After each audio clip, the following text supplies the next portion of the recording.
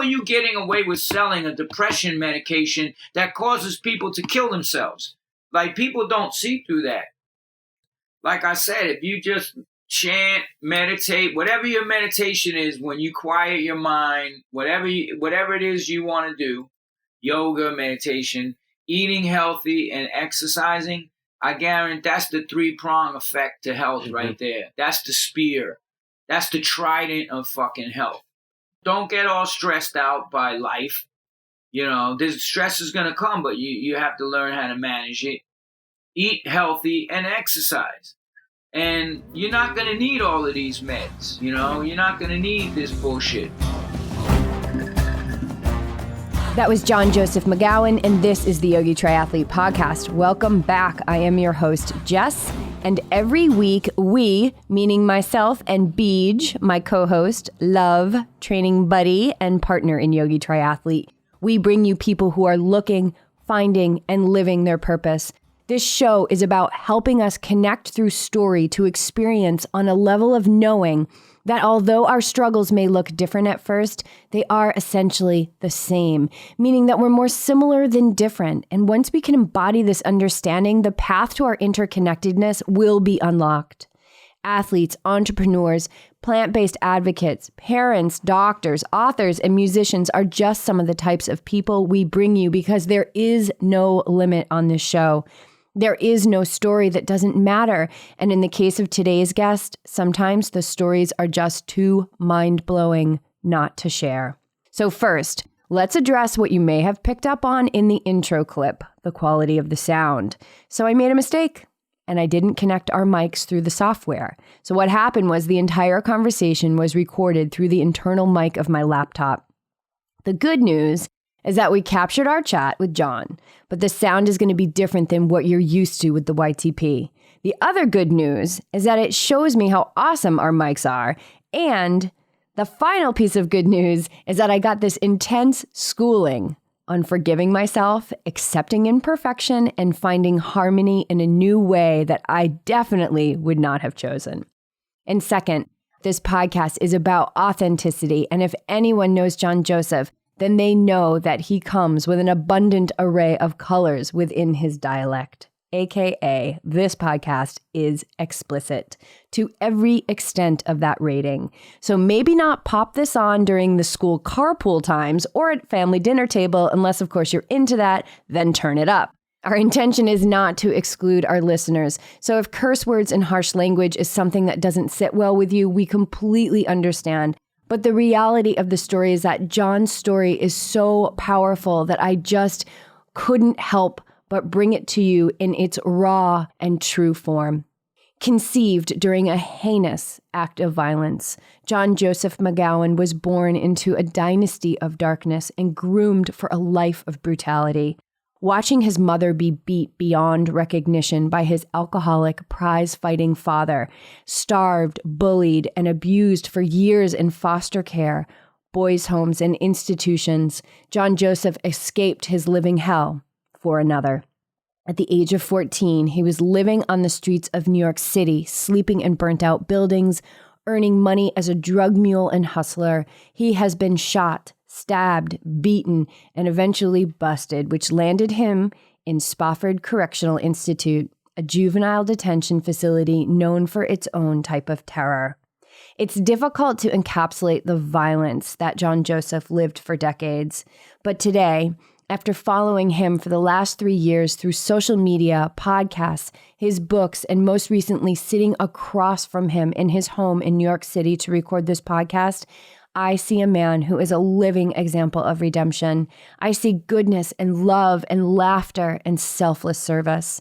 I see someone who prayed for another way and took it when it showed up. He is a man of no excuses, and he's willing to do what it takes to bolster a mode of goodness in this world.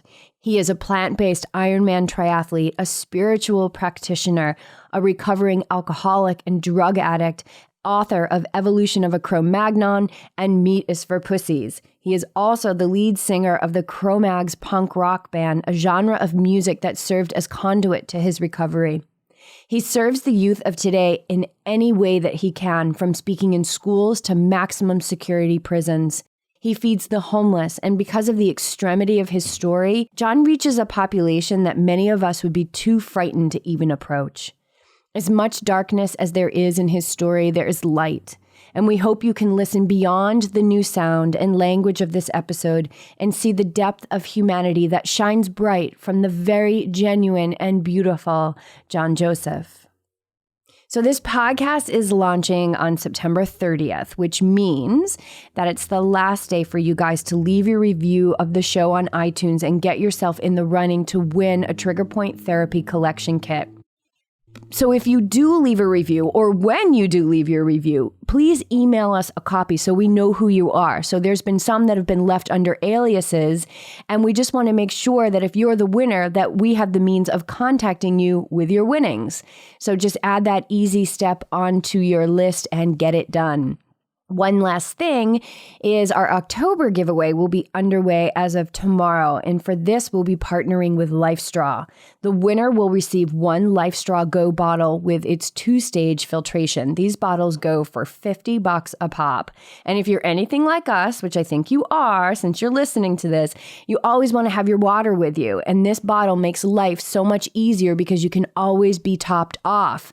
It makes contaminated water clean and safe to drink. So check out the show notes for the details on these giveaways. And also, just because this week's collection of show links is extensive. We've got some great videos of John, links to his site, his books, and so many other related topics that we discussed in today's show. There's not much we don't cover, from plant-based eating to John's harrowing story, GMOs, and the Ironman World Championships in Kona, which John is less than 10 days out from. There's so much here, and you are now officially released to tune into our raw, jaw-dropping, and inspiring conversation with John Joseph McGowan. So you're getting a new machine for Kona. Yeah, are we recording? Yeah, man. Yeah. We're official. Yes, I'm rocking the felt for Kona. How's Gotta your get on something new? Yeah, how's your training going and everything? It's good. I mean, it's I just recorded a new album and I got a ton of other stuff going on, but I maintain my nutrition and stuff like that, and this month I'm going real hard. So I just been hitting like the 75 mile, 80 mile bricks and getting off the bike, running, swimming. Dude, I love the brick. Like the long ride to the tough run. It's challenging, but you got to do it, and it's going good. But I've been looking at this felt for a while, and my buddy just got Sean Fowler. Shout out to Sean, just got me the crazy deal on it. So he's vegan too. Used to be a pro. He was an explosives expert, and then he went to and then he was a professional mountain bike racer. So I ride with him just because he kicks my ass all over New York City. But he works at Paragon. He's the buyer. And as you know, this is a very expensive sport. And he's managed to get me a bunch of endorsements and stuff from like Rudy Project helmets. Bob Kirkup is a cool dude. So I've been getting as many sponsorships as I can to, Yeah, every bit helps, especially in this sport. Yeah, it's expensive. You're paying for 3 sports. If it wasn't for Sean Fowler, I would fucking be in debt like more than I am now. How'd you get into triathlon? I don't think I know that story. I know the first Ironman you did was New York City. Yeah. Was that your first triathlon? That was my first triathlon ever. Dude. I saw, like I said, I just did something on Vice TV. So if you put in Google Vice Vegan Ironman, they did an 18-minute mini documentary on me. They followed me for Boulder, my diet, training, the whole 9. And I said, I saw Ironman in 81 on Wide World of Sports. And I was like, holy fucking shit. Like, I'm going to do that race one day, man. It just was so, like, it's not the pros that, like, complete it so easily. It's the stories of all the age group athletes and, like I said, what they had to go through. Like my friend James Brady, he's got 3 kids. He's a New York City firefighter, full-time job. and still crushing like 9-hour Ironmans and stuff. He just did Placid 10:33. So it's like I was just moved by the age group of stories, and I went through a lot of shit as a kid, and I was like, I'm gonna challenge myself one day and do that race. And then I started, I've always been swimming, running, biking, and stuff like that. So I got into Sid's Bikes, which has helped me tremendously on the west side, the shop there. And one of the guys, Orion Mims, he's done like, 12 fulls, 30-something halves. He's like a stud. And he's like, yo, we started hooking up through the guys he knew in the bike shop. He's like, I can get you in this Ironman New York City. It's the first one. It's going to be huge in New York. And he's just started being like, okay, this is what you got to do. And then it was like all these, the tri-dorks that I can't stand. They're like, I think you should try to do it half first. I'm like, motherfucker, do I know you? Do you know what I've been through? Like, if I set my mind on something, you're getting it done. Yoga and meditation and everything I get into, it's you got to rise above all the doubts. That's what Krishna told Arjuna in the Bhagavad Gita. Totally, man. And better than anyone that you can do anything, like if your mindset's in the right place. The mind is that's your real demon. That's the real enemy. Like, that's what it says in the Gita, that for an uncontrolled mind, it's your worst enemy, but one who has conquered the mind, it's his best of friends. So it's the best. I'm like, once I say, and then you put the groundwork in with the nutrition. And I mean, I'm on like superfoods, like just a lot of raw. I do my E3 Live, wheatgrass, so it's like I eat so clean. I don't do any drugs. I don't drink. I don't, obviously don't smoke. So I'm like, I'm going to do it. And I did it. And I played a show the night before with the CroMags because the drummer messed up and booked the show thinking that the triathlon was like, the week before or whatever. And so we had this big concert in Philadelphia for like 2,000 people. And then I had to drive back, take a shower, no sleep. I had a stress fracture in my foot. And it was funny because I made it there and I caught the last ferry up to the transition to Rostock. And it was all the pros. And I'm like, up all night. And I'm like, yeah, hey, you want some Vega? And they're like, yo, like they're all got their headphones on in the zone. They're just like, get the fuck away from me. Who let this fucking moron? They're like, how'd you get on this boat? Like, really? That's what they were like. Nah, But so I did it, and I mean, it was brutal. It was like 96 degrees humidity, August in New York City. But I got it done. I did 13 hours, whatever. It wasn't,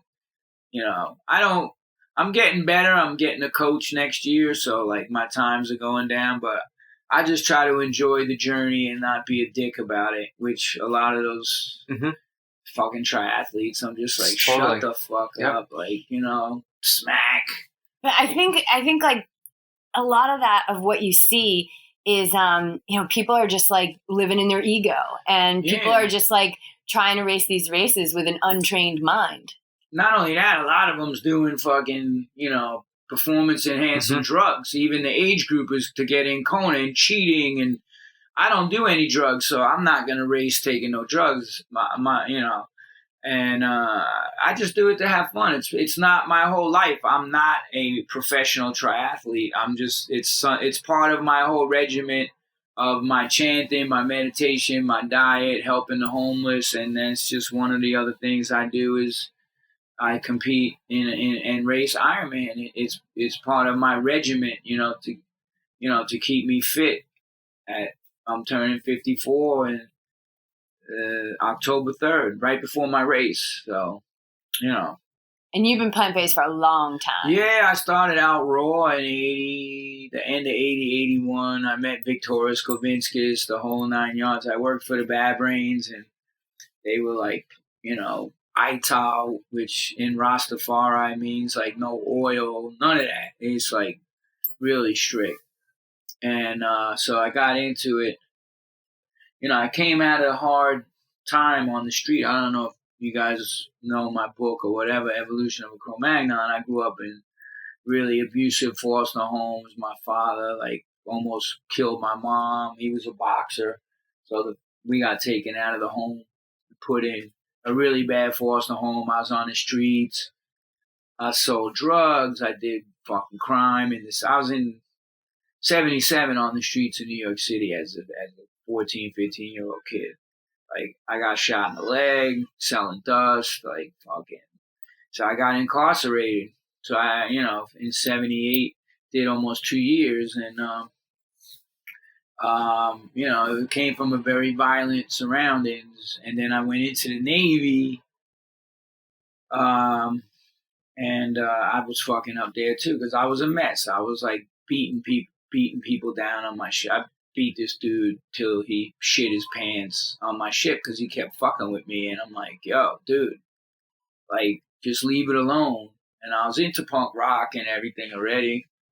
And I just was beat him with a paint can. And so I came from a real violent thing. And then, I was searching for something, though, because I was like, why is my life so fucked up? What kind of karma, And I started listening to Bob Marley, in 1980. And then I went to Jamaica with my ship. I met these Rastas, and then I met the Bad Brains. And so it just kind of all, when you're really looking for something, man, the universe, Krishna, God, whatever, will start putting those messages out there, and then it's up to you to, to take to it. So one of the things that they were telling me, I got in a serious knife fight with these Puerto Ricans, gang members, and I beat them with a chain. I got stabbed in the shoulder, but, and then they squashed it because these guys were going to kill me. Nobody would hang out with me.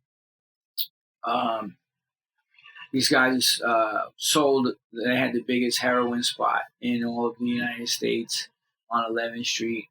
And, so I fought him because the dude tried to stab me with a knife in the stomach, and I beat him down. And then, so the Bad Brains squashed it for me. It was outside of their studio, and then they offered me a job, and I could stay at the studio. And they were Rastafari. They're like, you can't do drugs, you can't eat meat.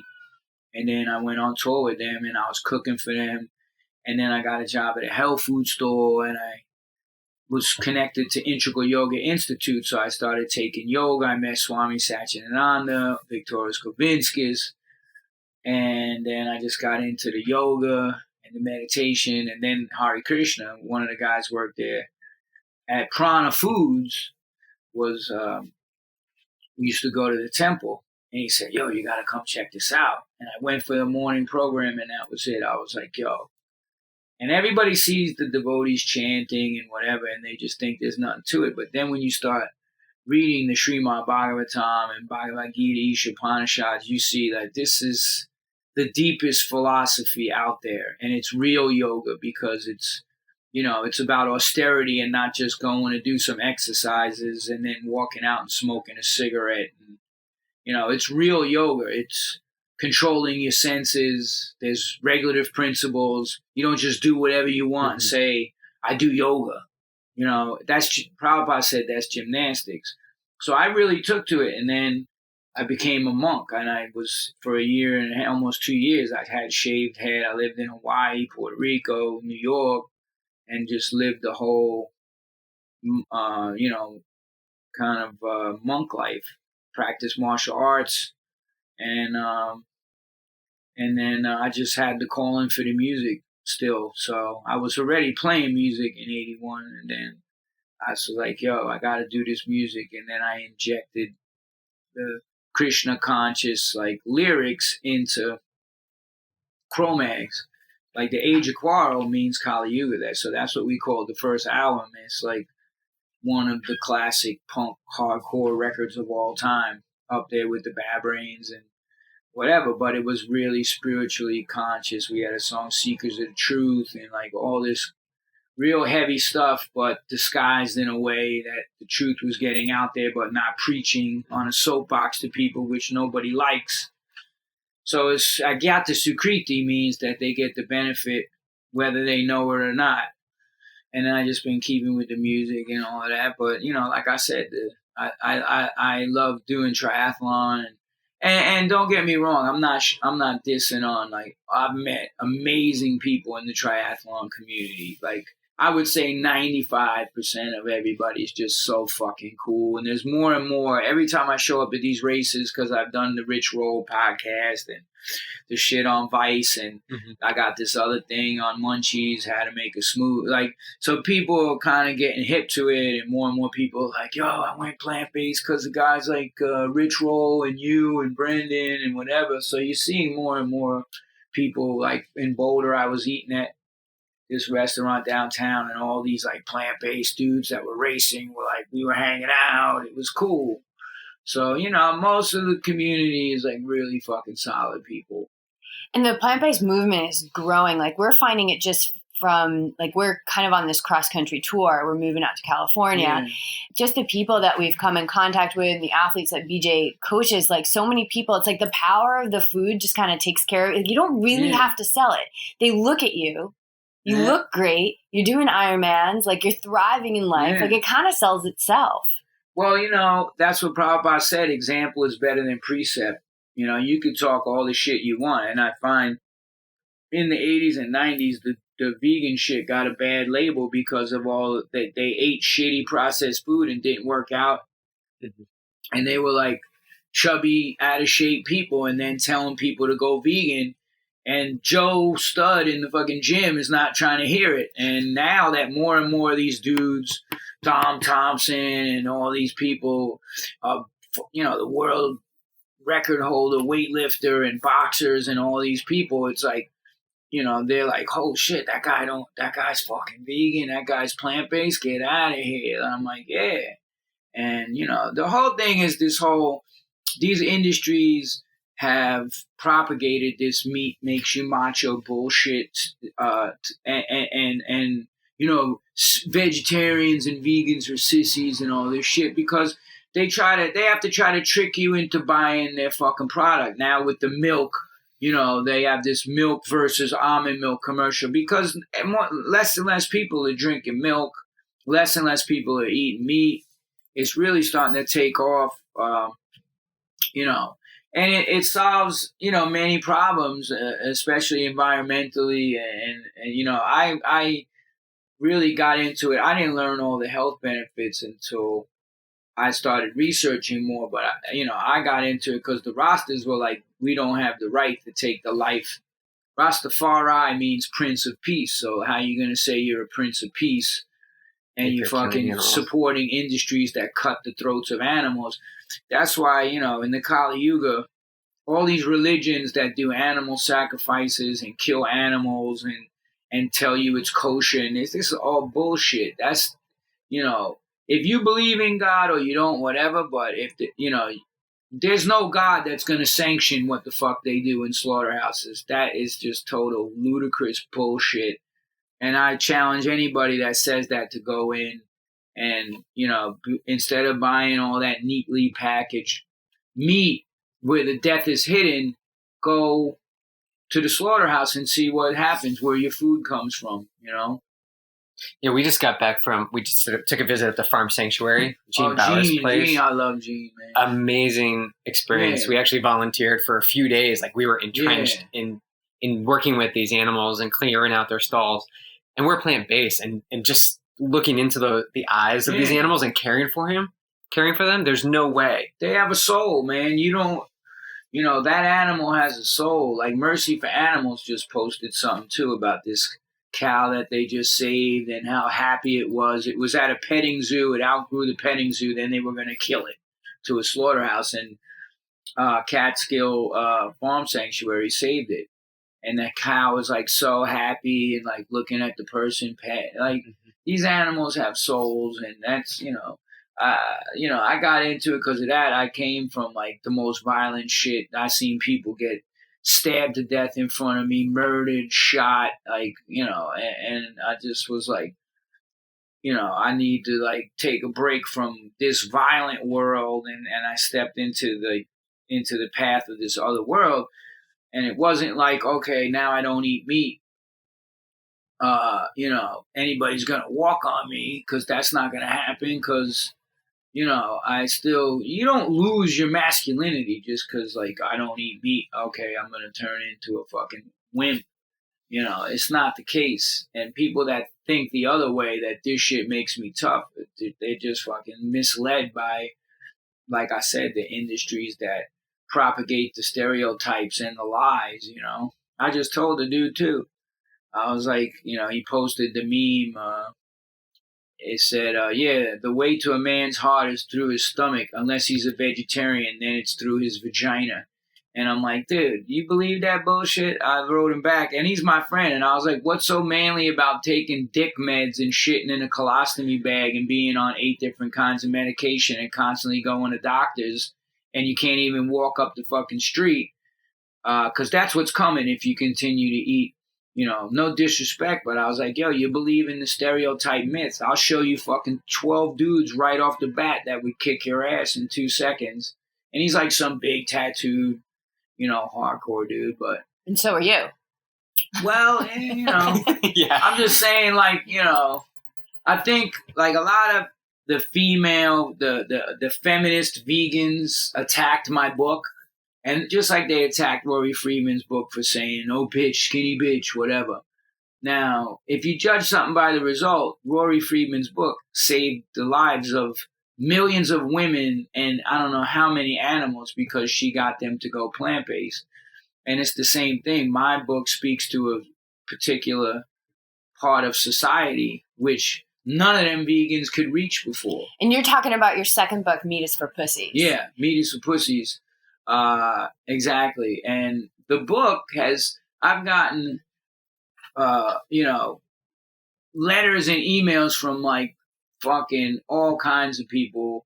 My friend was a bodyguard. He works with Hell's Angels and fucking Special Forces dudes. And he's like, yo, they saw how I was like my friend Ian Norrington in Australia.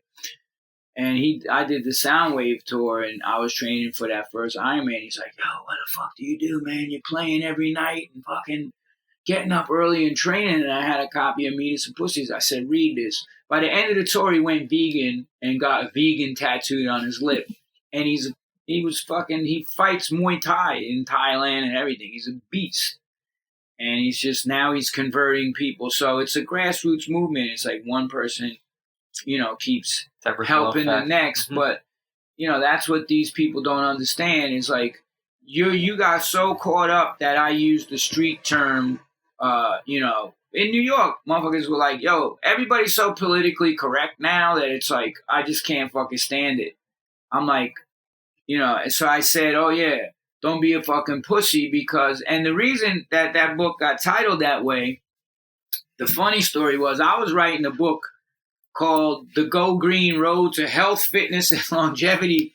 And my partner, Ty that wasn't going to work. He's like, yo, who the fuck are you, Dr. Oz? You're fucking John Bloodclot from the CroMags. Nobody wants to read that book.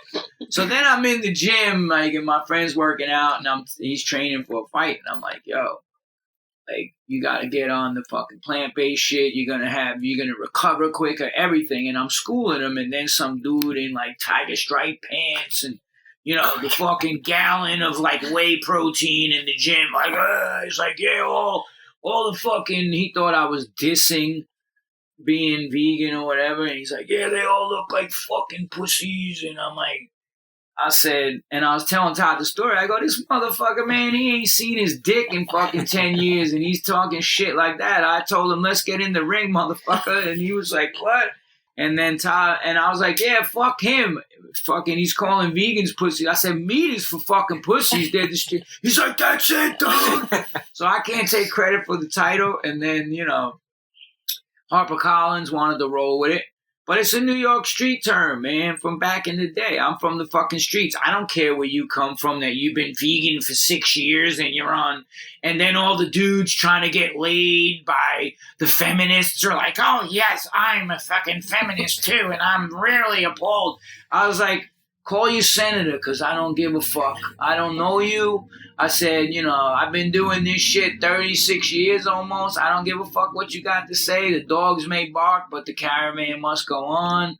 I said, I'm helping a lot of people.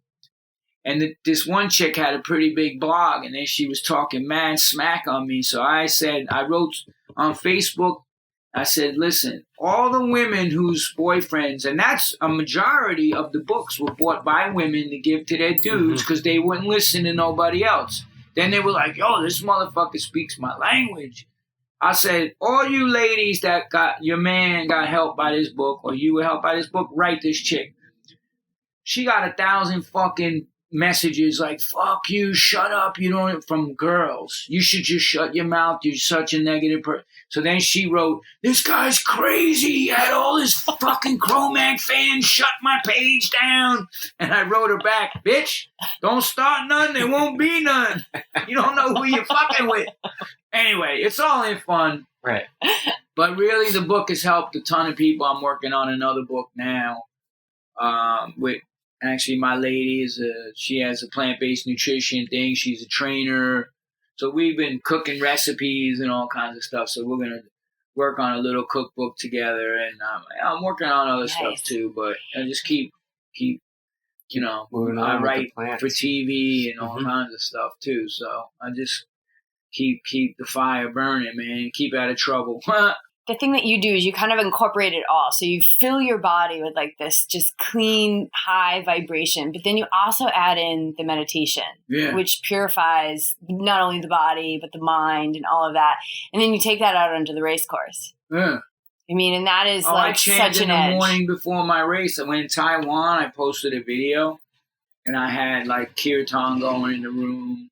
Totally. Like, you know, totally channeling, you know, the higher power, 100%, you know. And there's nothing. I got my beads. I bring my beads. I do Hare Krishna japa mantra on my beads. I'm walking around. You know, even the night before, I walk to the ocean. I try, if I can, see the court, whatever. You know, it's all positive mindset, man. Is everything. PMA, like that's what the Bad Brains taught me. Positive mental attitude, and. So you had this like extreme polarity in your life. Like you had so much violence. And then literally these guys came in. It seems like they were like angels. They just kind of like swept you up. It was a bunch of people. I mean, it was the Bad Brains were the initial, you know, because it said like, I always quote Bhagavad Gita because it's like, that's like, you know, and it says, whatever great men do, common men follow. So it's like, when I saw them, I was like, holy shit, I want to know what the fuck they're into. And thank God they weren't into heroin and bullshit. They were into higher philosophy, and we sat around reasoning. And their sound man, J.W. was a raw foodist. He was into giving me books by Gurdjieff, from Das, all these philosophy books. And then, you know, he ended up getting me the job at the health food store because the guy from the Dots, Vinny Signorelli, who's now in the Unsane, the drummer, worked there. So it was like progressive steps towards me finding my path. But, you know, in retrospect, if I look back, I'm like, each one of those was an integral part of like the whole path. Like if I would have not done this at this point, things would have been different. Like I told people that the other day, I was such a fucking mess in the Navy. I was smuggling drugs, beating people down, selling drugs, fucking just crazy. I was a punk rock, the only punk rock dude in all of Norfolk. And I beat these rednecks down that came to the punk rock club. And they didn't let, the punk rockers in Norfolk, they didn't let any sailors or military people hang out. But these like rednecks came in the bar and they were fucking shit up. And I just started hitting them with chairs. And by myself, I fucking fought them all off. So I kind of got into the scene. And I was really a violent person. Like some of the shit I did was, and some of it I don't even remember. People like I was AWOL for 15 years. Like I split when I met the Bad Brains, and I just knew I needed a different path in life. So I just I got out of lockup and I got arrested again and caught another case. So my mother was dating a Navy recruiter, or knew him and had dated him or whatever, and was like, you know, I can, you know, get your record cleared. It's still, you know, under 21 back then. So they were like, yeah, you know, I could get you this waiver, go into the Navy. So I went to the Navy. The day I signed, they was either go back to jail or go to the Navy. And I was like, the state didn't raise no fool. I'll take the Navy. But the day I went to boot camp, we shipped out of Fort Hamilton in Brooklyn. Me and my brother went and bought 6 bags of angel dust and smoked it. I went to boot camp dusted on angel dust and woke up like, where the fuck am I in Great Lakes? And then, just tried to do the right thing at the beginning, and shit just kept happening. It wasn't my path. And but I caught a case in Norfolk selling drugs and beat that kid up on my ship. And so they were gonna like fucking court-martial me or whatever, and I just split. And that's why I got that time bomb, because they said that I was my psychological evaluation said I was a time bomb waiting to go off. That's what they said. And I knew that I was gonna probably, it scared me more than anything that I was gonna kill somebody, because I seriously I would just beat people, and I never started any of the problems. It was always like, I didn't like bullies because I was bullied in the foster home by the older people that were there, did shit to me. And I was like, at some point in my life, I'm like, no one's ever putting their fucking hands on me again. When I went onto the streets, I had that mentality. I was locked up in the worst places in New York City and New York State. Nobody fucked with me because I fought through the whole shit. And then in the Navy, I just was praying, like, I need another path. What the fuck? Why am I, like, having to deal with this? Like, from my early on, like, just, like, being in abusive foster homes and just watching my mother get beat beyond recognition from my father. It's just been a long road. But once that door opened, then I was like, I need a change. And that's why, when those gifts of knowledge was presented to me, I was like, well, the way I've been living, it ain't working, and I'm gonna be dead. And I knew it. And I don't say that to brag or be whatever. I was either gonna kill somebody or I was gonna get killed, because that's the kind of. And even in the 80s, I slipped back to addiction because I didn't deal with all the shit. I had fucking KOSs, kill on sights I fucking robbed a Colombian coke dealer, and fucking he was trying to pull a gun on me while I'm driving the car and trying to shoot me, and I kicked him threw him out of the car at like 40 miles an hour. I mean, I was a buck wild dude when I was a crackhead. Dude, you were asking for it. Yeah, it's like I kind of had a death wish, Totally. Subconsciously was like, yo, like, get me out of this. Yeah. So I have a question for you. There's so much violence in your early life, and clearly, like, you had a lot of anger going on. Did you find a shift when you stopped eating all that 100%. Violence? That's what I said. And I said the shift took place after like weeks of not eating meat. This like calm. It was easy for you to just stop eating it? I sensed it right away. It was like, holy shit, man. HR first time in like the end of 80, 81 took me to Angelica Kitchen when it was on St. Mark's. And he gave me like rice, seaweed. I was like, this shit's fucking disgusting. I went and got a hamburger after. But then he started taking me to like Vegetarian Paradise with the mock meats. And then there was another restaurant called The Cauldron on 6th Street.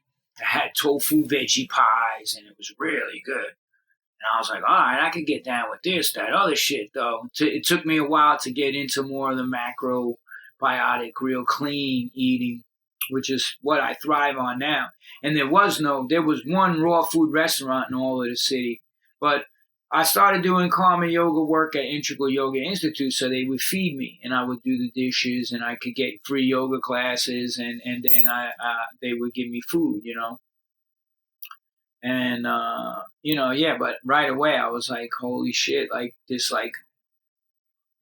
anger just lifted. It was always this pressure of like, I can't describe it, but just from rage that was inside me, that I was like, yo, that kind of lifted. And when I started chanting and meditating and stopping of the eating meat, this calm, I could go to a calm place And I've had anger issues over the years. I'm not saying I'm still working that shit out. And being around people that, like my girl is like a perfect, she's like, it's like, I have a real fiery pitta, whatever. Oh yeah, my fucking pitta dominance. Yeah, I'm like fucking like my first shit is, what? Fuck that mother, And then I'm like, Haribo, Hare Krishna, Namaste. Yeah, but you see, Namaste, motherfucker. But you realize you got a choice. But at least I recognize it and I can see the two different paths.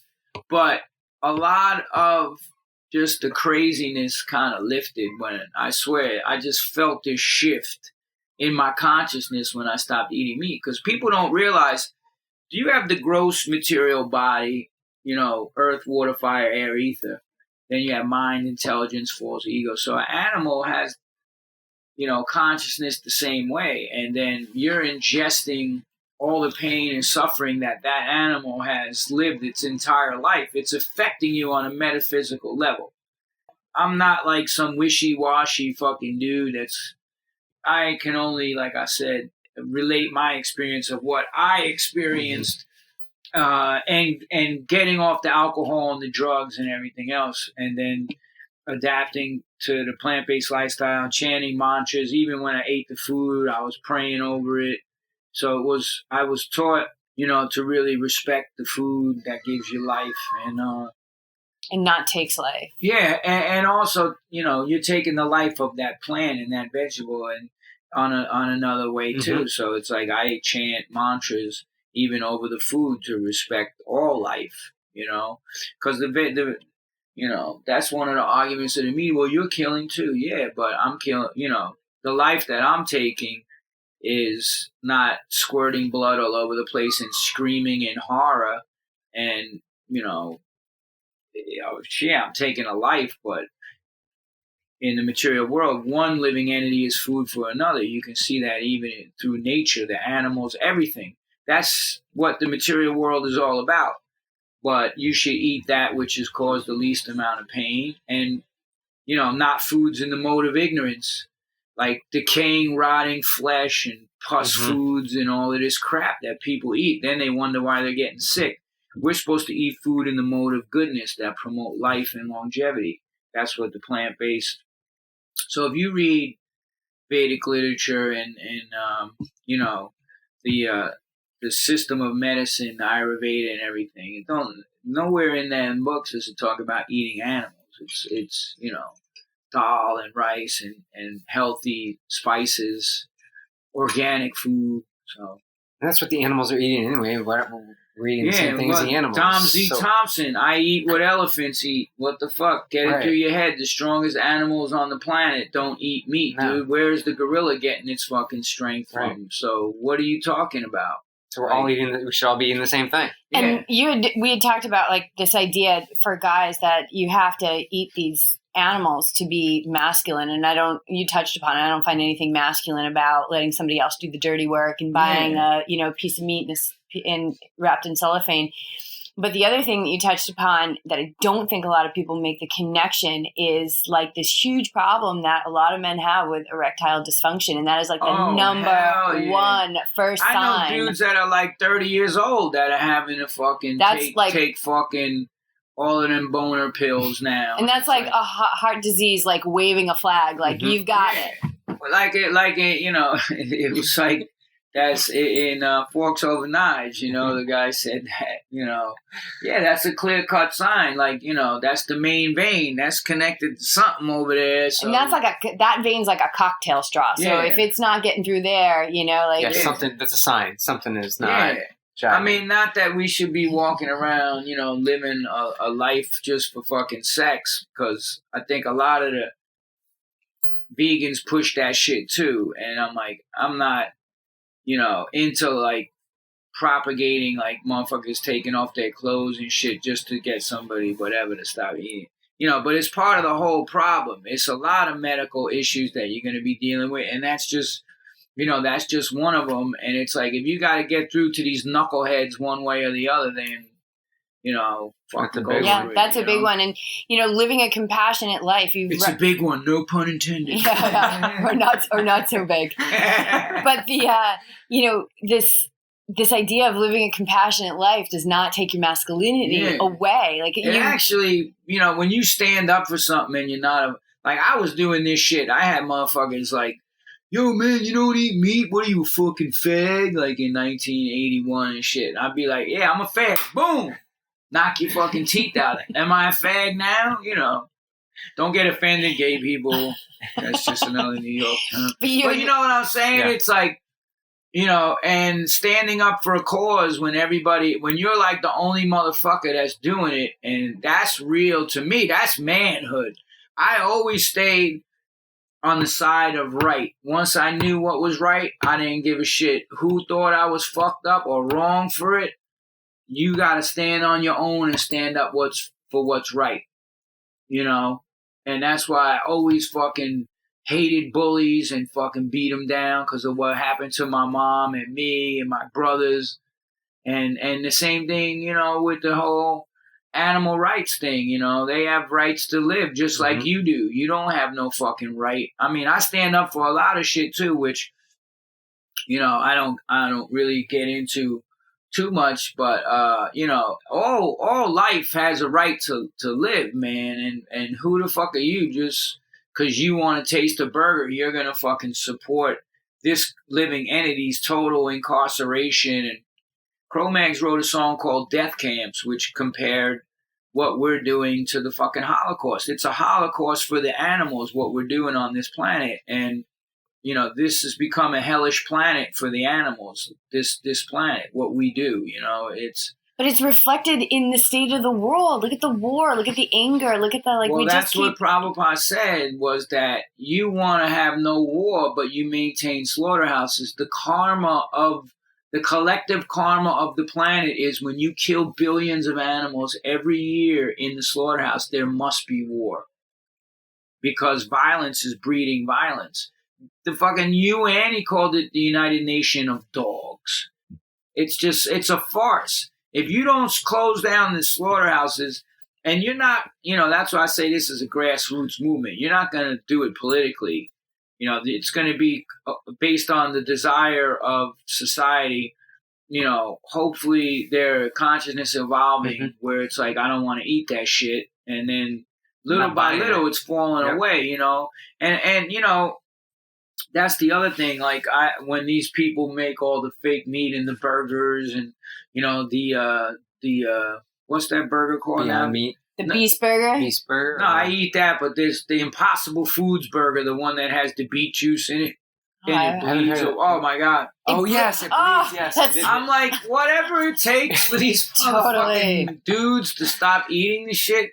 I mean, I know what worked for me, and it wasn't until I was able to eat the fake meat stuff. It's a transition food. Totally. So I'm like, whatever it takes for people to shift the consciousness away from consuming the souls of these fucking animals, because you are consuming the soul of that animal. And all the trauma. And all the trauma, just like we have adrenaline, that animal knows it's being killed. It's releasing. Well, it's standing in a line and watching the one in front of it. Yeah, what was that movie where like the cow tried to turn around? It just came out, and like the cow in front of him went into the chute. Oh yeah, and it fucking shut down. That Ghost in the Machine? Yeah. Yes. And then he heard like the animal being killed, and then the fucking cow tried to turn around and get away. It knows what the fuck's going on. Oh yeah. Animals have consciousness and a soul. Just the way that we would feel it, they're feeling it too. They just don't have voices. Yeah. So, it's like, you have dominion over all things. You have dominion over your little brother. Does that mean you fucking kill him because he's less intelligent? Do you kill just because, you have dominion, so I'm going to fucking kill everything in sight? Look what's going on, with the oceans, with everything. We are fucking destroying this planet. And all of that shit relates to what the one thing, and that's what they said, even in the Game Changers. And I just watched Racing Extinction. And what did he say? The greatest change that could be made is by what we're putting on our plate right now. they're killing all the sharks for shark fin soup. Now they went to the stingrays because they say in China, some fucking idiot, says, oh yeah, it's going to fight cancer, the gills of stingrays. So they're fucking wiping out the stingray population. It's like, we're completely destroying the planet for generations to come. It's going to take years for the planet to get back. And we're wiping out species. Like, it's a really amazing movie, Racing Extinction. I had never seen it. I saw The Cove, and I watched it on It's the plane. pretty impactful. The Cove. Goodness. But the Racing Extinction is deep, man. I was like, wow, man. I suggest everybody to watch that movie because they said this one guy recorded all life all around the planet of birds and frogs and all of this shit. And he recorded this one bird that was becoming extinct. And he would hear the mates calling for the mates. Then he stopped hearing the mates and he just heard the male bird. And then the male bird went extinct and he found the bird dead. And that was the last of that species of that bird. And to see that actually unfold, like we just fucking wiped that shit out, spraying pesticides and fucking GMOs and all of this shit that we're doing. And the Dark Act passing. Now you need to scan a barcode.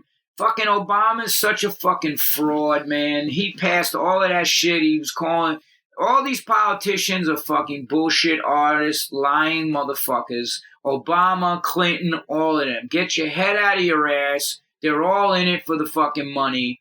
They got in there because they're supporting corporations like Monsanto. Her campaign manager is a Monsanto lawyer. So it's like, these people are all fucking corrupt. And even the bees, what we're doing, it's because of the glyphosate and the other pesticides that are being sprayed. See, I don't just eat. Like, I got friends in Hawaii, and they're spraying or shit all over the place, and chemtrails over there to take control. Hawaii is the biggest testing ground, right? Because they're growing all the GMO seeds over there, but it's also an enclosed ecosystem, right? So they're going over there spraying shit in the plains that drops on the soil to change the pH level of the soil so it becomes so acidic that only genetically modified seeds that are produced to resist aluminum and the other poisons that they spray can be used. So that's how they want to control all the food. That's why you're not going to be able to get off the grid. If these motherfuckers keep doing what they're doing, a lot of the farmers over there have had to switch to GMO seeds now because their shit by won't default grow. Because they can't. They can't grow it. I have friends that are on the ground there. This ain't no bullshit. I have friends that are over there that are farmers that are telling me this shit, and it's like you could say it's a conspiracy all you want, but once there's proof that this shit is going on, then it's that the truth is anything but a conspiracy theory. It's actually they're fucking doing this shit. And they want all control of the food. That's why they tell farmers you can't save seed, terminated technology in the seed. Like Meat is for Pussies, you think, oh yeah, it's this asshole vegan talking shit. But then when you break that fucking book open and you see all the shit that I get into, it's like I said, Agatha Sukriti, don't let the book title fool you, because what I'm talking about in that whole book is the corruption that exists with the FDA, with the pharmaceutical companies, with the GMO companies, Monsanto, Syngenta, Dow, all of the shit that's going on. Now, Roundup doesn't even work anymore. Now they just had to come out with some new shit that's even 10 times more toxic than Roundup. So we're expelling fucking millions of tons of pesticides all over the planet. And like, why is the chemical company growing our food? That's what I said. Why the fuck you got a chemical company growing your food? And if you saw the documentary, The Idiot Cycle, by this French woman, follow the money.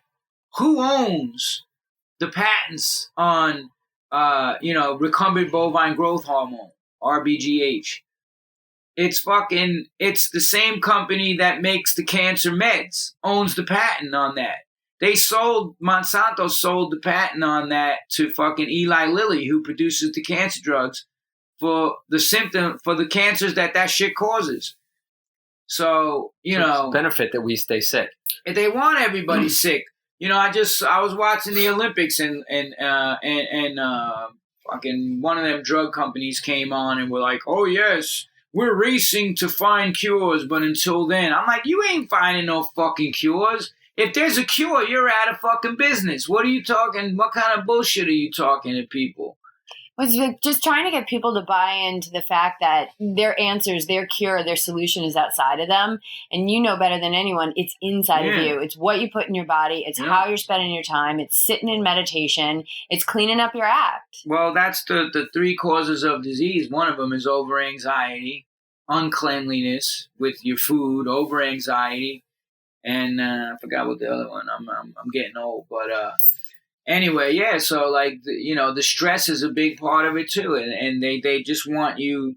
Like I got a new album coming out with this band Blood Clot I'm doing, which is a Jamaican term. It's like blood clot means like everything's fucked up, and that's what I talk about. They just want you like a cog in the machine. They don't want you fucking thinking outside the box. Turn on the fucking TV right now. I guarantee you every fucking commercial, when all of America is home, every other commercial, and you could go through all the stations, is going to be fucking drug companies advertising. This country is the only country that, besides New Zealand, that allows direct marketing of pharmaceutical drugs to people from the fucking TV.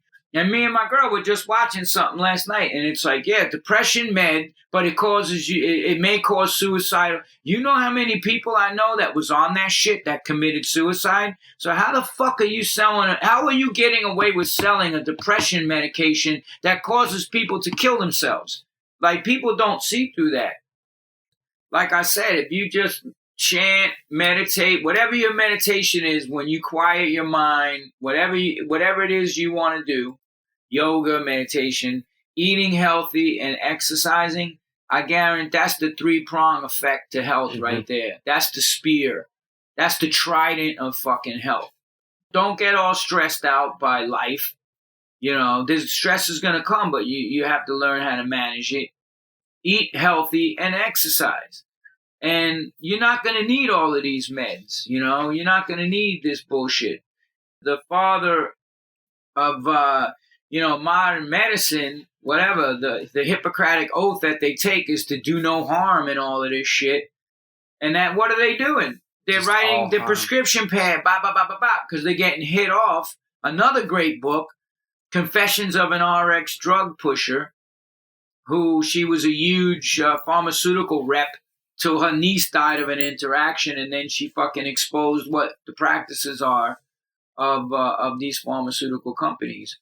And, I don't take any drugs. I don't, and if I don't have to take drugs and the shit I've fucking been through, that's saying something. How I deal with my stress, I go fucking punch the heavy bag, kick the heavy bag, fucking get on my bike, run, train, eat good, meditate. I don't need to go take drugs and alcohol and prescription meds and all of this other stuff. What do you say to that person who, like, let's say a guy's listening to this and they're eating meat and they're in that cycle of like they're working a job and they're coming home and they're like, I don't have time. I don't have time to eat well. I don't have time to, do an Ironman. I don't have time to do all this stuff. Like, with just the excuses that come out. Like, what I tell them? This is what I say. I say, you don't have time, but you better make time to go visit your doctors and your hospitals and spend time in the hospitals, because that's where you're fucking heading. And then your money that you're making from everything else is going to go to take care of your health. So that's the idiot cycle completely. You don't have time, but yet you're going to make time off from work. You're going to have to go sit in hospitals. You're going to get tests. They're going to stick shit all up your ass for your colon. Mm-hmm. That swollen colon is telling you something. Something ain't right in there. So when you got dudes sticking fingers and fucking scopes up your ass, tell me how manly you are. And I say, you can you can take the 2 paths: invest in your health, or invest your time in your health and your well-being, or you're going to be investing your time sitting in hospitals and going to doctors, because that's what's waiting for you. This food is not like the food that our ancestors were eating 150 years ago. This is the fucking age of, like, they are just fucking with everything in the most ungodly ways you can imagine, what they're doing to this food nowadays. And if you're going to eat that, this food is designed to get you sick and dull you down, fluoride and everything. Who the fuck used fluoride first? The fucking Nazis used it in the fucking concentration camps. They used it in Russia in the gulags. It's a sedative. They're putting all of this shit, gassing you up. You need fluoride in your water and your toothpaste and all of these chemicals, and I need all of this. It's like, get back to nature, you know? You don't need pesticides on your food. In the fucking seed, they're putting pesticides now. So you can laugh all you want, but I'm telling you right now, I'm dealing with people that have cancer and the shit they're going through, and I'm telling you, you better fucking go visit a cancer ward where people are getting their fucking colons ripped out and all this other shit and all of this disease and prostate cancer and all this other shit. That's coming directly from what the fuck you're eating and how you're living your life. Dudes that pop that shit, I shut them down real quick. Because, like, I've been doing this shit for 35 years. I know all the rebuttals to hit these people with. And then they're like, you know, that kind of makes sense. And then I'm like, here, motherfucker, read this book. Educate yourself. You know what I'm saying? Don't stay stuck on stupid. You know, once you learn. Yesterday, I did the walking tour. And the guy from Disco Biscuits, which is like a big band, they sold 2 nights out Irving Plaza, and they just sold out the Coney Island Amphitheater. So his road manager got me to some pussies and gave him the book. And the guy came out on my walking tour yesterday. He's like, yo, I want to thank you for turning me vegan, man. He's like, yo, once I started reading what was in Meat for Pussies, I was like, yo, I just went on this search of the websites and all this shit you told me, and the floodgates of knowledge just came out. I was like, the fucking hair on my neck was standing up, what these motherfuckers are doing. And I'm like, yeah, once you get the knowledge, you can't stay stuck on stupid. Because that's going to irritate the fuck out of you. When I know something and I don't take action on it, you know, I read this book, you know, it talks about resistance and all of that kind of stuff. Like, you know, when you resist something, it's usually a deep need for that particular thing. And it's just going to irritate the fuck out of you. Until you address it. Until you address it. And I, you know, so like, yeah, when you get the knowledge, and this dude, and I've gotten thousands and thousands of stories of, you know, from people writing me and saying, yo, this book changed my life. And I told him straight up, dude, I didn't come up with it. I even told the dude yesterday, I was like, I didn't come up with it. I just did the research and put it in vernacular that appeals to fucking dudes, like, you know, and they got it. And, you know, you're the one that made the change. I didn't hold your hand and fucking. Right, but that spark was there, or that yeah. And it's the same thing that happened with me. Somebody planted the seed, and then it's up to you to water it, you know, for that plant, that creeper to grow. The same thing in spiritual life. You get the seed of devotion or whatever. It's up to you to do your daily meditations and your practice of yoga or whatever to grow that creeper, you know. If you don't, you know, you're either going to be materialistic, or there's only 2 ways you can go in this world, you know. You're either going to be a materialistic dummy, you know, that's going to just think everything is about the here and the now, and then you're going to fucking die miserable. Where the yogi takes a different path. He realizes that it's not just about this life, it's about all lives, the next life, living this life so that, you know, you have a beautiful life in this life, but thinking consciously, where am I going after this? That's the sign of intelligence. Prabhupada said that. Where am I going after this body's done? This body's going to be done. Where the fuck am I going? And according to how you live your life and the consciousness you achieve in this lifetime will determine the next. Actually, it's said in the Vedas that your subtle body is already changing in this lifetime to take you to your next body.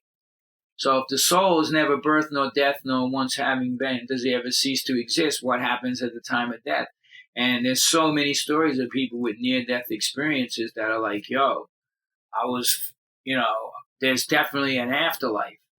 So I choose to live a righteous path as much as I can and, think about what effect I'm having on other living entities as well, including my food choices, That's why I didn't do this shit for vanity. I will never go back to fucking eating meat. All the people that did it, vegan for fucking sexiness and all of this bullshit.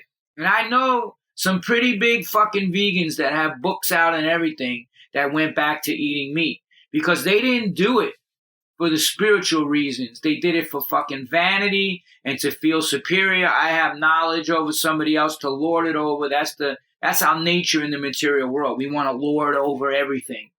I'm the fucking, right. I'm the all in all. Instead of being humble and taking the humble position and being like giving it all away. Yeah. Like just sharing it I have one friend, he has a very famous vegan restaurant. I'm not going to mention his name because he wouldn't want me to. And he never talks about what he does, but he has donated a majority of his money to causes that save animals. And he doesn't ever fucking talk about it or want brownie points or anything, but I know he's made millions of dollars and I know what he's given away and he doesn't fucking brag about it or anything. But, it's like, that's the whole point is like, we're leaving a trail of cause and effect in this world. That's what we do in this life. So you should make good causes to bring about good change on the planet. And that can be done collectively, just like we can go fucking kill billions of animals and collectively cause war and destruction of the planet. At the same time, we can change what the fuck we're eating and, bring about a more peaceful Vaikuntha means free of anxiety. And Vaikuntha is actually, it's a Sanskrit word, but that can be achieved on this planet when this Kali Yuga only started 5,000 years ago, but before that was the Satya Yuga, Trecha Yuga, Dwapara Yuga. In Satya Yuga, hundreds and millions of years ago, which they don't even recognize the history of India and the rest of the world. This Judo-Christian bullshit that they talk, nothing existed, whatever. And that's why they don't relate to the Aquarian Bible that Jesus traveled all over the world in India and everywhere studying all paths. They just became this dogmatic religion. Yeah, and Jesus was a major yogi. Yogi and raw foodist. Jesus Christ, the Scene tribe. Like, where the fuck is this? Oh, he made fish and he fucking blood a lamb and get the fuck out of here. So, that's, my whole point with everything is like, it's up to us this is a real grassroots movement. Mm-hmm. And like, I've affected, thousands of people and they in turn have gone and helped other people. So that's how the knowledge is going to get out there. It's not going to come through that fucking TV set. That shit's all controlled. I almost had several TV shows. Reality, what they refer to as reality. But when I got real about reality, they fucking put the kibosh on it quick. Mm. So it's up to us, podcasts and interviews and just fucking getting the word out there to these people. Like, you don't have to suffer. You don't have to be in anxiety. You don't have to be taking depression meds. You don't have to be fucking getting fucked up all the time. Because I've been down that road, and I'm not saying it as somebody who didn't walk in them shoes, because I did. And it wasn't until I made the changes in my life that I can kind of say, all right, I have my sadhana, my spiritual practice down, my training practice down. I go through life, and now I can see when that anger is fucking raising its head. And Krodha in Sanskrit means anger, and that pollutes the mind's eye and everything. So you have to really check that. And it starts with getting that violence off the end of your fork. Absolutely, 100%. Yeah.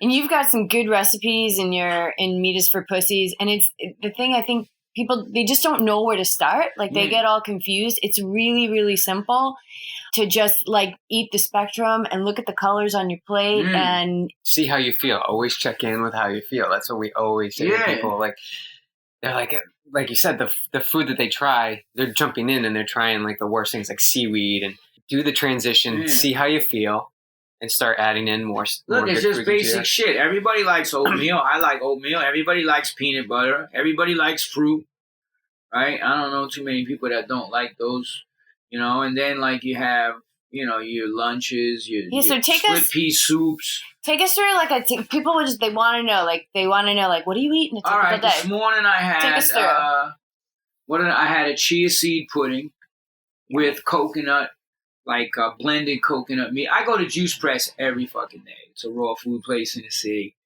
And then they had this raw bagel with kale and almond cheese on it. And then a piece of fruit. I do wheatgrass juice in the morning, my E3 Live.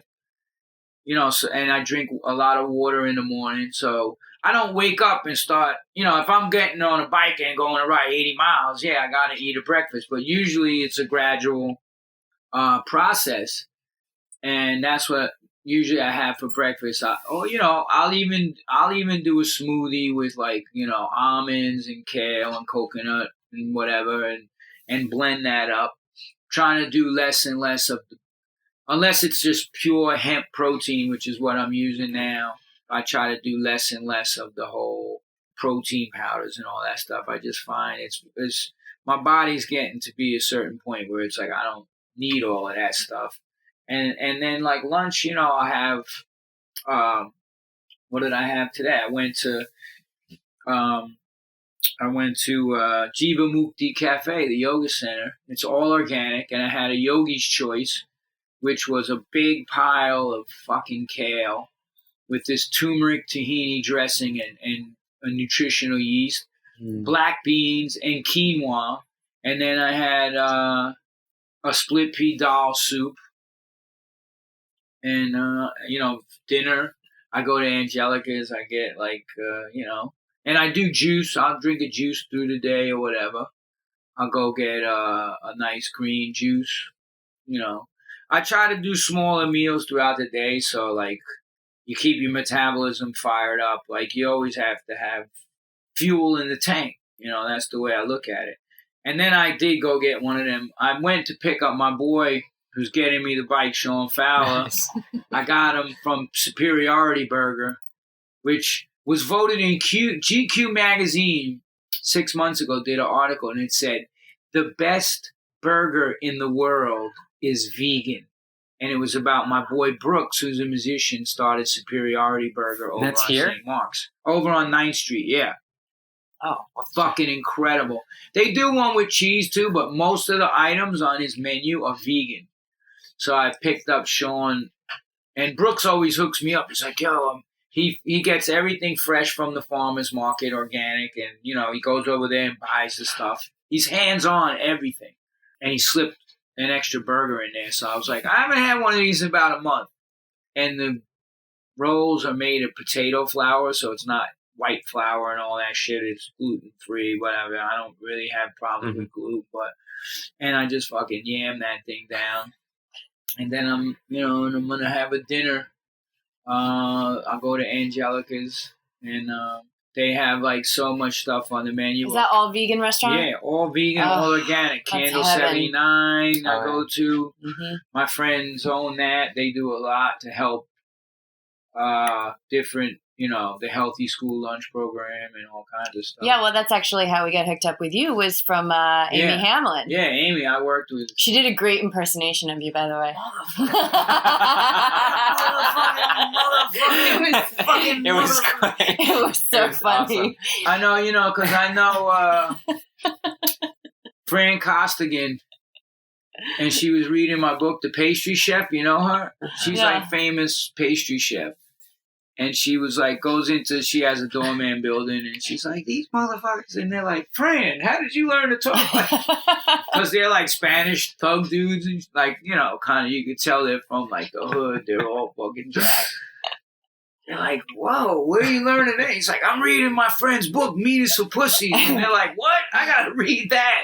You're so wait. I was emailing with Victoria Moran from Main Street Vegan, and she was like, "Oh, I love John Joseph. He's one of my favorite people." And she's just so like well spoken and really polished. And maybe we can get her to do an imitation of you too. I don't know. I just spoke at that like a couple weeks ago.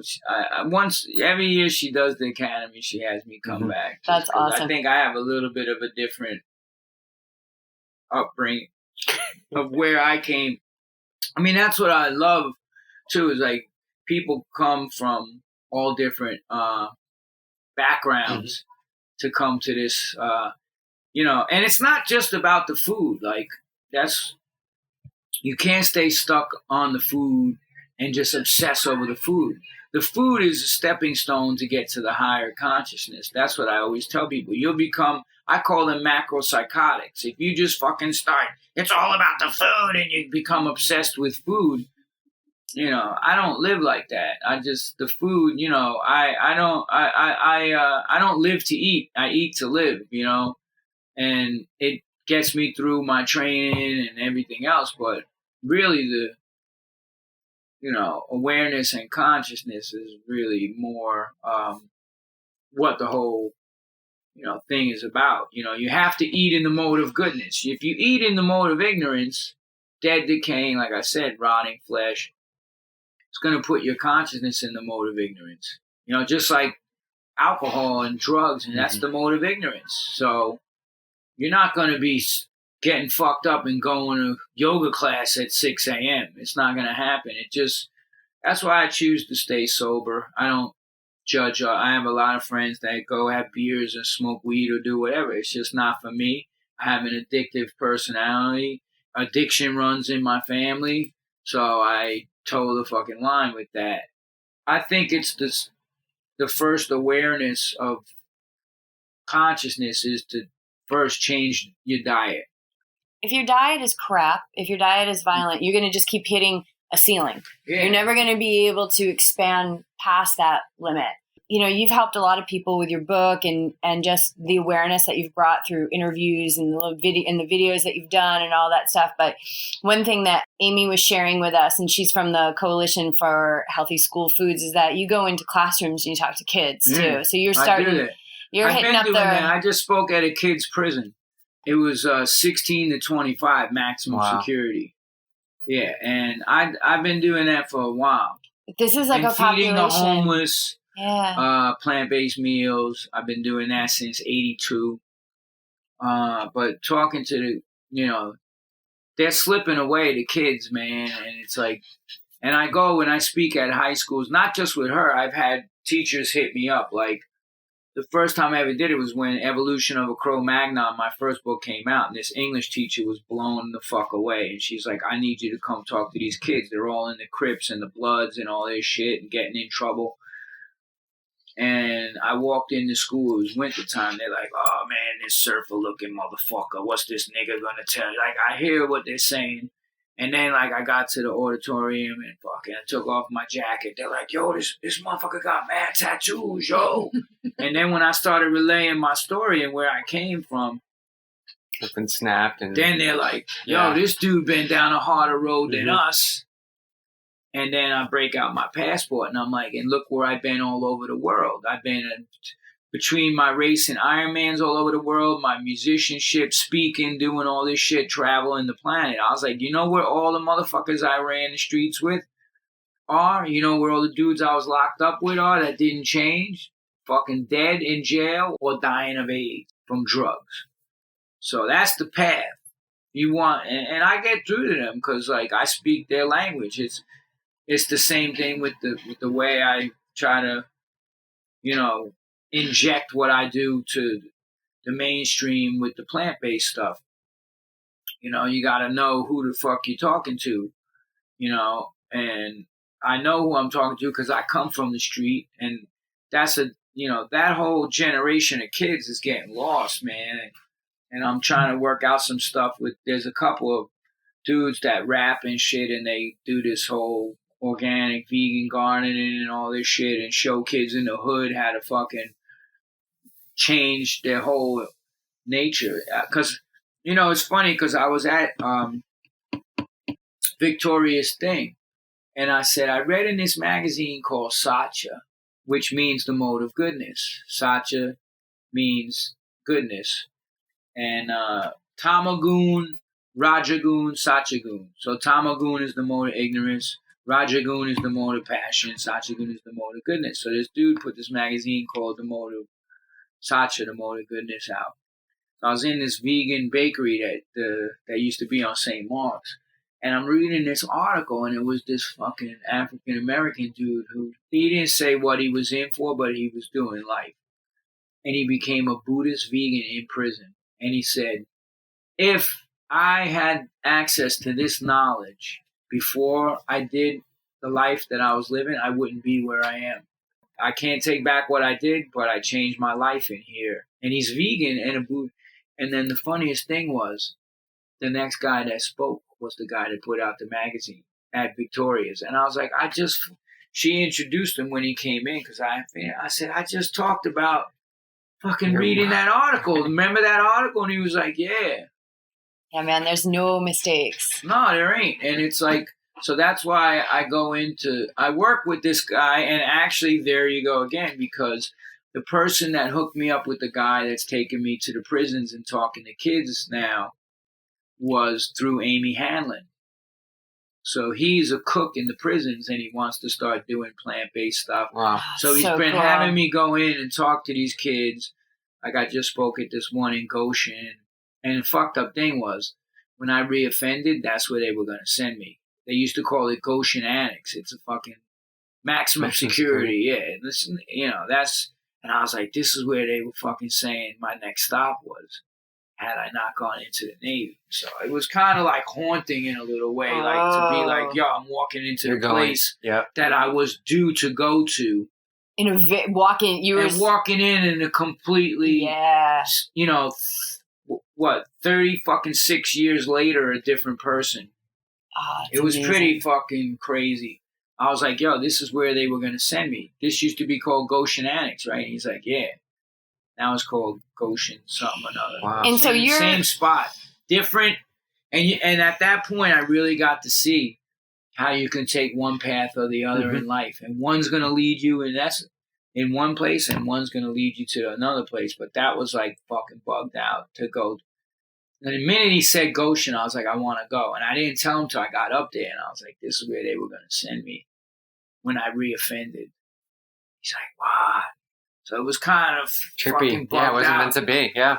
Yeah. Yeah. Well, you're supposed to go there. I was supposed to go there, but not then. The teachers in the classes said they've never fucking gave somebody their attention like a lot of these dudes had psychological problems and all kinds of shit. He's like, yo, I've never seen them fucking listen to somebody like that. I spoke to like 4 classes, and they like didn't want to go to the next class. They like wanted to hang out and be like, oh, you need to be doing more of this stuff. I would love to. I really want to try to get a show together.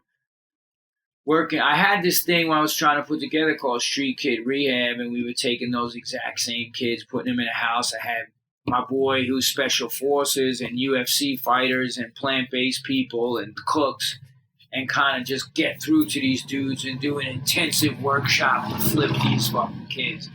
And it got into the second and third level meetings, and then when they were like, there can't be any meat on the show, and I'm like, dude, what the fuck part of like I don't eat meat do you not understand? Wow. Sponsors. They're like, well, guess who keeps our lights on? Brought to you by Kentucky Fried Chicken. Wow, and I'm gonna tell motherfuckers don't eat chicken. They're like, nope, you're not getting the fucking show. And it happened twice. And I'm repped by ICM, and I had CAA walking us through the fucking door. I showed him the Sizzle, who, I don't know if you know Josh Ketcher from, he's like a vegan fashion dude. He was directing. He's podcast. Really cool. Yeah, Josh is fucking, they did this amazing job on the fucking Sizzle. When they put the Sizzle on there, like the 2-minute fucking little film that they put together, the people were fucking blown away. And then I was like, then we had to do the whole pitch deck to them. Okay, this is what's going to happen. Everybody was on board. I went into Spike in LA, and the guy was like, comes out the head of the network of programming. He's like, I just had to see if this was the same John Joseph from the CroMags, and it is. I saw you with GBH in fucking 1983. So it wasn't a question of like them not liking me. I sold it. From there, we were just blowing fucking doors down. I just went on a tear. Flying all in LA, New York, everywhere, just ripping it. And once they found out it was plant-based, they were like, next. Wow. I think that just shows the power. Like, shows these people how powerful. Listen, I'm telling you right now, man, these are evil motherfuckers that have control of the minds of the masses. Major. And they fucking program you through that fucking idiot box. Mm-hmm. It's the programming of Babylon and what the Rastas call it, the fucking Kali Yuga, man. Eat all this fucked up food, then we got the meds for you, and blah, blah, blah. Live your life. People are just sitting there. Go to work, fucking, have zombies. your stale piece of toast, sit at your fucking desk for 8 hours, go home, hold your kids, fall asleep, fart, wake up the next day, do it all over again. No. Living like an animal. If you just eat, sleep, mate, defend, that's the propensities of the animal. Human being means we try to achieve higher consciousness. We're like, what are we doing here? Why are we here? What's the purpose of life? It's such a gift to be in a human body. It's such a gift to be on this earth. There's 8,400,000 species of life. That's including plants, everything. It has a soul. To take birth, 400,000 of those species are human. So you could have taken birth even anywhere in the world, fucking eating whale blubber fucking, 10 times a week. Like, to take birth where we are and have this knowledge is like, it's, don't look a gift horse in the mouth. And spiritually, like, we're in this age of Aquarius, what the Vedas say, the golden period of awareness right now, which just started really like 500 years ago. This whole movement has started where it's never been easier to achieve higher consciousness and go to higher planes of existence and, and get out of the material world altogether. And you have to take advantage of it. The knowledge is there, but like I said, it's up to us take ownership, to take ownership of our actions. Yep. Because that's why, coming back again to what Prabhupada said, it's not the philosopher. There's so much fucking hypocrisy, and the spiritual leaders and religious leaders are total fucking hypocrites that just tell people to do shit they don't do themselves. So you have to live it, and then, example's better than precept, like I said before, What you do, people are not looking to what you say anymore because the fucking bullshit that has been fucking thrown at them their entire life. The bullshit detector switch is on. So they're really looking to see, all right, what's this motherfucker doing? How does he live his life? And that's the greatest effect you're going to have on people. That's why anytime someone's like, yo, we need this, we got to do this. We just did a benefit for Doc from the Bad Brains and raised $25,000 for his medical costs, or going to feed the homeless, or going to speak at prisons, or reaching out even to people that are struggling with shit. Dude just wrote me, man, I'm like 50 pounds overweight. I take depression meds. I'm like, step one, here it is. So you always got to be willing to help. And it's just about paying it forward. I'm not trying to be fucking St. John or whatever. It's just, people helped me in my dark time. And that's how I try to live my life, is to pay it forward, constantly. Be there and help people and point people in the right direction. But they have to want it, If they don't want it, just like I wanted to change and then I took advantage of what was there. But if you don't want it, then it's just like, I'm not looking to preach to people. So if the person wants change, it's up to them. And it's a choice. And we should probably get wrapping this up, but it starts, would you agree? Like, it starts with what's on the end of that fork. Yeah, it is. I think, what's on, I think that's a big part of it. And like I said, too, it's about eliminating shit from your life, too. It's eliminating the bad food, eliminating the drugs, eliminating the fucking. I'm not talking about somebody that has a fucking glass of Chardonnay with their fucking meal every once in a while. I'm talking about motherfuckers that, my friend just posted, yo, I own up to my dirt. I'm a fucking alcoholic. Like, I know all that shit's waiting for me. The minute that I step off of this path, that's why they say it's a razor's edge. One slip is a calamity. And that's how I live my life. You walk in a razor's edge. Yeah, it's what's on the end of your fork, but it's all the other shit too. It's eliminating the Maya, the illusion. And this whole society is based on Maya. Look at the fucking billboards. Like, what does Rage Against the Machine say? Look at the billboards. What does it say? What does it say? Forget about the movement. Come and play. Come and play. It's like a fucking... They're luring you. It's like the jewels on the head of a serpent. Yeah, you're all attracted to it. And you get close, bam. Well, it's all the sensory experience. And so the spiritual... It's overload of that shit. But what's beyond the senses? The mind, the intelligence, and then the soul, ultimately. How do I experience...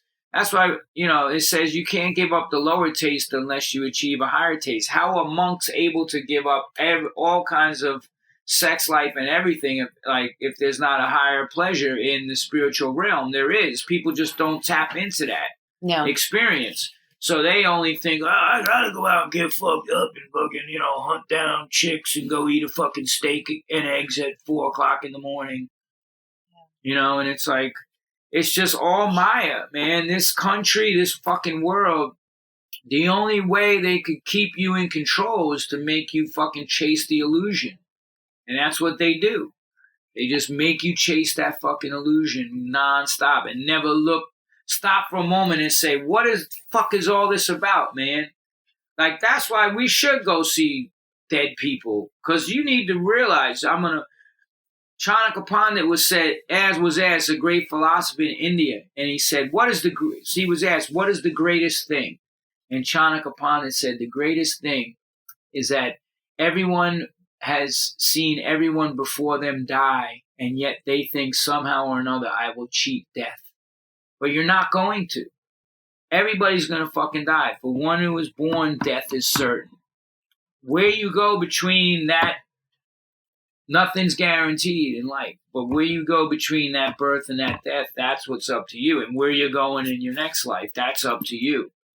And then in this life, it's, it's not just about living a long life. It's like living well. Yeah. It's living well. And so it's what you let into your mind, what you let your mind tell you and act on, and how you eat and how you move through the world and how you give back. Treat and all others. Those. That's the other thing. It ain't just about being nice to animals and then being a prick or a bitch to humans. It's like, yo, where's the compassion? Where's the love for everybody? Person. For everybody. And I think more and more of the people that's come to the movement now get that. But like, I've seen so much catty bullshit. I don't even fucking, that's why I wrote a chapter in my book, Vegan, the 5-letter curse word, because like, I don't identify with that shit. I'm like, yo, that's part of what I do, but it's not it's not my whole repertoire. Is not just like, hey, eat fucking vegan food. Like fucking, that's just a piece to the puzzle. It's about being a good human and doing, altruistic endeavors to help people and make the world a better place, man, and help kids and the youth and fucking help elderly people. That's why I go out there and feed the homeless and people that need it, because it's like, you're feeding these people healthy organic meals and then letting them take some home in their containers, and then they have food where they ordinarily wouldn't be eating anything. And some of those dudes are like, yo, no disrespect to like, the motherfuckers that come out here and feed us bologna sandwiches and fucking ring dings, but like, this shit is good. And I feel good when I eat this for days, man. That's so awesome. And it's like, yeah, you could feed them a bologna sandwich and jail food, basically, or you can feed them something that's totally nutritious. That maybe if that's the only meal they're gonna have for that day, make it a that quality shit's gonna meal. have some vitamins to it. And that's why I got involved. And that was the main thing. I was starved in this foster home, like fucking beaten, all kinds of crazy shit. But the food shit to me was like, if I could just get something to eat, like I was totally consumed with hunger as a child. And we weren't allowed in the refrigerator. We couldn't. We had to eat dog food, Oreo spit sandwiches. The foster woman was fucking so fucked up. She didn't like the cream in the Oreo. She would scrape it off in her fucking yellow teeth and hairy fucking mole and spit it in a bowl and put it on green molded bread. And that's what we got fed. Tea and fucking bread. That's what we had for 6 years. We weren't allowed to go in the refrigerator. We didn't get food. So we had to scam to fucking eat and go in supermarkets and eat up and down the aisles and fucking, the dude from the bakery knew we were starving. We had ripped up clothes. They would make us walk 2 miles to go to the fucking bakery on Sunday mornings. And the guy was like, oh, I just made all these fresh jelly donuts. And I have extras. You want them? Like, it was, that's why people get affected when they read my first book. Because it's like, look at all this shit, this fucking family. And my brothers went through it too, So you've got the evolution of a CroMag, which which really is getting re-released right now. They're selling copies for that shit for like $1,000, $500. Don't buy that. Don't buy that. I'm releasing 2,000 copies of the book. I'm releasing the audio book version. Are you reading it? Or? Yeah, I'm reading. Awesome. Oh, hell yeah. You gotta have my mother. Get that one on Audible. Nice. So we got that. We got Meat is for Pussies. And I'm working on another book now. I'm doing a book on addiction. Nice. And then I'm doing all these smaller books, like little self-help books, like on shit. Just, I like writing, man. It's part of my thing. I always knew I was going to be a writer, man. It's bugged out. Like, even in the foster home, I would write these stories, and the fucking English teacher was like, how the fuck? She's like, you need to keep doing this. And I remember her because, like, she always encouraged me to keep writing. And then, like, I remember I went home on a home visit because my mother was suicidal, like, after what my father did to her. She was on meds. I wrote this fucking, like, 10-page vampire story. For some reason, and gave it to her. And then she said, hey, you wrote this as a kid and gave it back to me. But it's just a whole, path and journey. And writing is like, I didn't go to therapy and do all this shit. I went and wrote a 400 fucking page book to work my shit out. That's how I got it done. And I knew that if I didn't come clean on everything, we would sexually abuse the whole shit in this home by the older foster kids that were in there that were like 18, were doing shit to us because they were bigger and whatever, and fucking threatened us and all this shit. And the foster father took me to a mental institution. If I ever say anything, he's going to put me, like, fucked up shit to do to kids. And I never worked it out. And that's why I was like, those scars didn't heal. And that's why when shit went bad with the band in 87, I fell into the fucking addiction and crack for like almost 2 years, and pills and fucking violence again, fucking yoking people up and just taking their shit. And I was like the crackhead that you didn't want to meet in the alleyway if you had one. No, it sounds like it. And this is all coming out in this. It's in the new book. release. Awesome. It was in the first release. We sold 10,000 copies on our own. I'm adapting it for the screen now. Nice. So I'm talking with Elgin James, who did the book Little Birds, and he comes from a similar background, a fucked up family life. He was in a gang member. He got put in federal prison. And he wrote this movie, Little Birds, while he was in prison. And it's a coming of age story about these two girls that live in this small town in Salton Flats or whatever, Salton Sea, and then they go to LA and get in all this trouble. And it's like he won some shit at Sundance, and now he's writing the spin-off to Sons of Anarchy. And he's the fucking coolest dude. He comes from punk rock hardcore in Boston. He's like, yo, I had a big director that was going to direct it, but she's too busy now. She won the Academy Award, whatever. And He's like, if she doesn't do it, I would love to take a shot at it. So now I'm like, yeah, Nice. man, you get it. You know, you Great. get it. Nice. So I'm working on film and I wrote 2 TV pilots. I'm signed with ICM in Hollywood. And also, you'll be racing Kona in World a few weeks, right? Championships. Do you have your number yet for Kona? No, I just actually registered. It came in. My registration came in Friday because I'm racing for a charity. I didn't qualify. That's what everyone. What race did you qualify? I was like, did you qualify? I said, yeah, because I collected 45,000 motherfucking dollars, so I qualified. I'm fat and slow, but you know what? I get it done. Well, we'll be rooting you on, tracking you that day. It's the day before he races Ironman Louisville. So, that's on my radar for next year. Yeah. Louisville. Better don't say Louisville. You better say Louisville. Say it right. All right, well, motherfucking Kentucky people will correct you. I've been looking for some inspiration the day before. Yeah, so you race on the Sunday. You guys are the shadowing. 9th.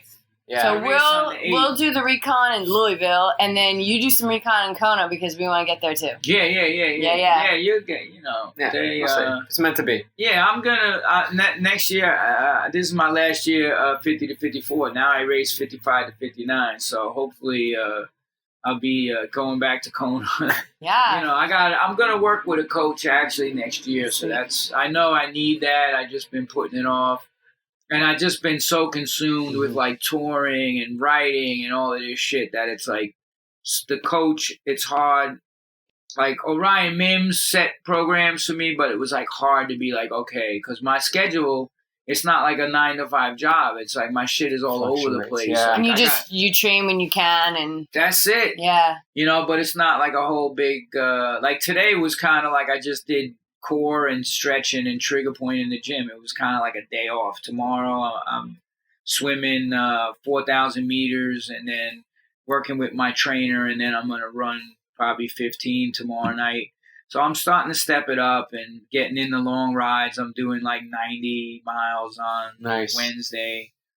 And it's good to I train with people that are plant-based too, so they get it. Like, motherfuckers ain't trying to stop to eat a sausage along the road somewhere. Awesome. Like, I'm not training with those people. Sorry, but Well, dude, you got a lot going on and you're getting it done. So no excuses for anybody out there, man. No excuses, man. It's like, and you just got to keep doing it. That's it. And you were generous enough to invite us over to your place and do this podcast. It's a small little It's beautiful. place. This is an original Krishna painting by a famous Hare Krishna artist. It's beautiful.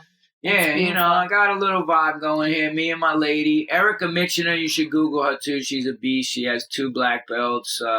Cool. She has the Campbell Institute plant-based certification. Oh, yeah. She just got that too. Yeah, she's great. And she helps so many people. Like, she's really an angel that stepped into my life. I really needed that type of person. She like, she's a Buddhist too. She studied she lived in a Buddhist ashram in Japan, like studied martial arts. Like, she's all about it. You don't see too many people that are like a chick that would be like, yo, I went to live by myself. She goes to fucking Japan and lives in a Buddhist monastery and studied martial arts. And like, since she was a kid, she's all, she's a very calming influence and calls me on my bullshit when I'm like, oh, yeah. She's like, no, you need to fucking shut up. Think about it before you open your fucking mouth. Your table manners suck. She's like, I have to warn people sometimes, like, because you grew up in foster homes. It's like feeding time. I swear to God. Sounds like a good match for you. Yeah, she is. She's great. Well, thank you so much for inviting us into your home. Website. Thank you. Yeah, man. All right.